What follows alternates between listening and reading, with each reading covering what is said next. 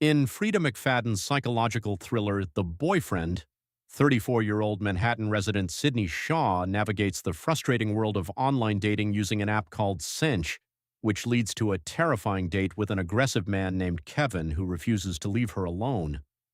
A handsome stranger intervenes and scares Kevin off, but vanishes before Sydney can get his phone number. Shortly after, Sydney's neighbor and friend Bonnie is brutally murdered in her apartment, and Sydney's ex-boyfriend, Detective Jake Sousa, leads the murder investigation. Jake informs Sydney that the killer, dubbed the Cinch Killer, targets women met through dating apps, communicates via burner phones, and cuts a lock of hair tied with a colored ribbon from each victim as a trophy. Months later, Sydney reconnects with her handsome rescuer when he helps her during a nosebleed at a restaurant, revealing himself as Dr. Tom Brown.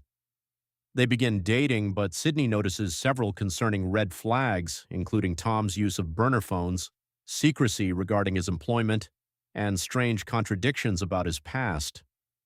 Paralleling Sydney's story is a flashback narrative set in the past following high school student Tom Brewer, who endured severe physical abuse from his father while harboring a deep obsessive love for Daisy Driscoll, the police chief's daughter, alongside his unhinged best friend Randy Slug Muncie.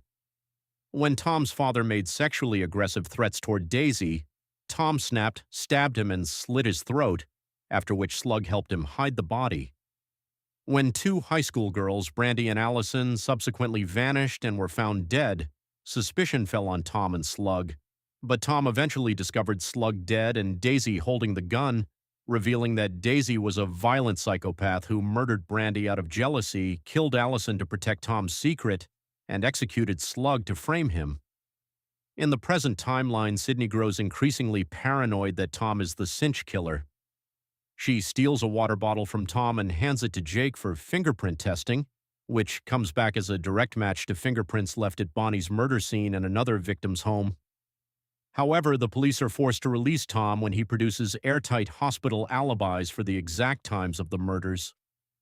Terrified, Sydney breaks off her relationship with Tom and goes to the apartment of her friend Gretchen and Gretchen's boyfriend Randy Muncie, who is also the building superintendent. While using their bathroom, Sydney inspects a faulty toilet tank and finds a hidden plastic bag containing hair trophies from Bonnie and other murdered women, convincing her that Randy is the serial killer. Before she can escape, Sydney begins feeling dizzy from wine served by Gretchen, who reveals the master twist. Gretchen is actually Daisy Driscoll, who has stalked Tom for years, moved in with Randy as a cover story, poisoned Sydney's wine with oleander, and murdered every woman Tom tried to date out of obsessive jealousy while framing Randy. Tom breaks into the apartment, having already alerted the police to protect Sydney. As police sirens approach, Daisy demands that Tom flee with her into hiding, threatening to murder Sydney if he refuses. Unable to sever his twisted connection with Daisy and desperate to save Sydney's life, Tom agrees to go on the run with her, and the pair escape into the night before police break down the door.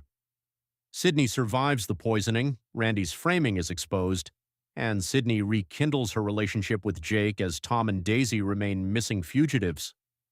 In the chilling final epilogue, Sydney opens a package delivered to her mailbox containing a lock of scraggly hair tied with a ribbon, alongside a note from Tom informing her that Kevin, her persistent stalker from the dating app, will never bother her again.